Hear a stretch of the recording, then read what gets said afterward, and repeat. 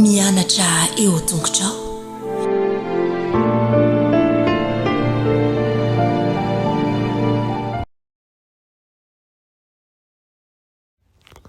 Miarabantsika tsirairay avindray tratra ity talata fa 17 ny volana Jiona ity, tonga milesina ho an'ny lehibe itsika manasanao naraka izany hatramin'ny farany, nefa mialohan'izany dia vavakisika. Ry Tompoandriamanitra eo, mbola misaotra anao izay efa nomena an'izao fotoana manokana izao ahafahanay mianatra ny teninao, mangataka aminao mba hiasa am-ponay ka tsy ho very foana izao fotoana izao fa mba ahafahanay mahalala bebe koa anao. Aminaran'i Jesosy, amen. Raha teny lesona antsika androany dia manao hoe mandreny epistily ho an'ny Efesianina. Mandreny epistily ho an'ny Efesianina.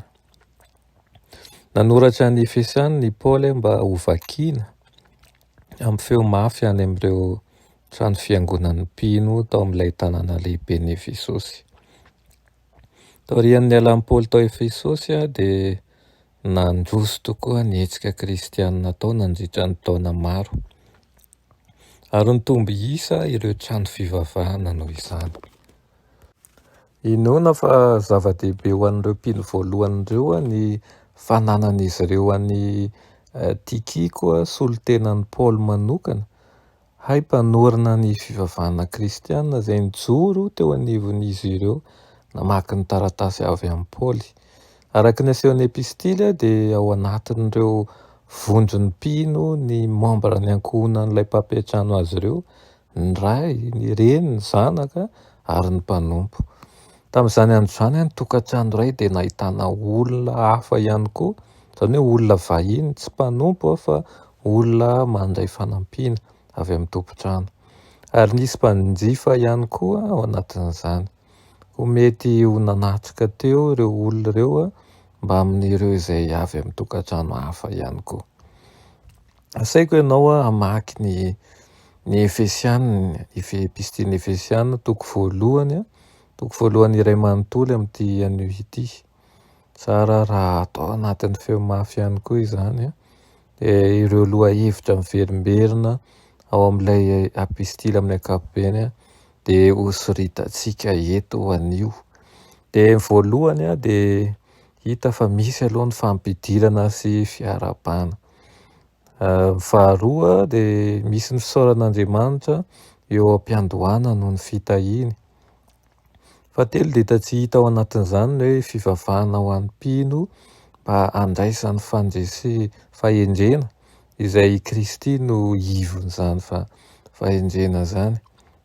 Manaraka izany dia milaza ihany koa izy amin'ny faharoa, ao amin'ny toko faharoa ny Efesianina, fa maty ara-panafahiny fa sandratra miaraka amin'ny Kristy ankehitriny. Manaraka izany dia tsy hita ao ihany koa ny fanorenan'ny Kristy ny fiangonana amin'ny alalan'ny jiosy sy ny jentilisa. Avy eo moa i Paoly amin'ny mampitory an'i Kristy ny jentilisa azy dia voafakafako amin'ny Efesianina toko fahatelo. Manaraka izany ny fivavahana ho an'ny mpino mba hanandrama ny fitiavan'i Kristy. Dia nanafatra ihany koa izy amin'ny toko fahaefatra hoe aoka iray saina araka ny fitondran'ny fanahy masina ny fiangonana. Avy eo izy ny toko fahaefatra ihany dia manambara mba aoka hanana fiainam-baovao mikolokolo tsara ny firaisana. Ny Efesianina toko fahadimy kosa dia ahitana an'ireto manaraka ireto: mandehana amin'ny fitiavana mazava ary ampahendrena, ary aoka ho araka ny modelin'i Kristy ny fiainana ao amin'ny tokantrano kristianina. Ary amin'ny farany ny toko fahaenina dia manasa i Paoly hoe aoka hijoro, hiara-mijoro tafik'Andriamanitra ny fiangonana. Izany hoe manana tanjona lehibe mandrakariva ny epistily nosoratany mba hampandroso ny fiangonana. Hampandroso ny fiangonana amin'ny maha fiangonan'i Kristy iraisana azy, fa hampandroso ny fiangonana amin'ny maha-tempolana ny fanahy masina ny mpino tsirairay avy ihany koa. Engany izany afatry Paoly izany ihany koa ahafahantsika maka lesona eo anivon'ny fiangonantsika tsirairay avy, ary ahafahantsika ihany koa mandroso amin'ny fiainana raha-ny tsirairay avy ihany koa. Amen. Ray masina tsara indrindra mbola misaotra anao ny amin'izany lesona izany ren'io. Misaotra Tompo mbola mizara ny fahasoavanao.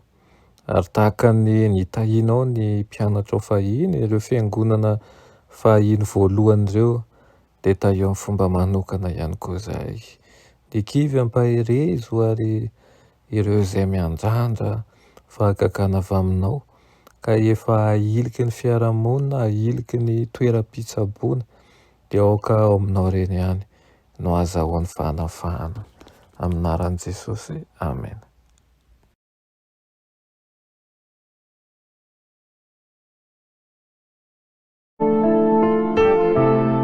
Mianatra eo an-tongotrao.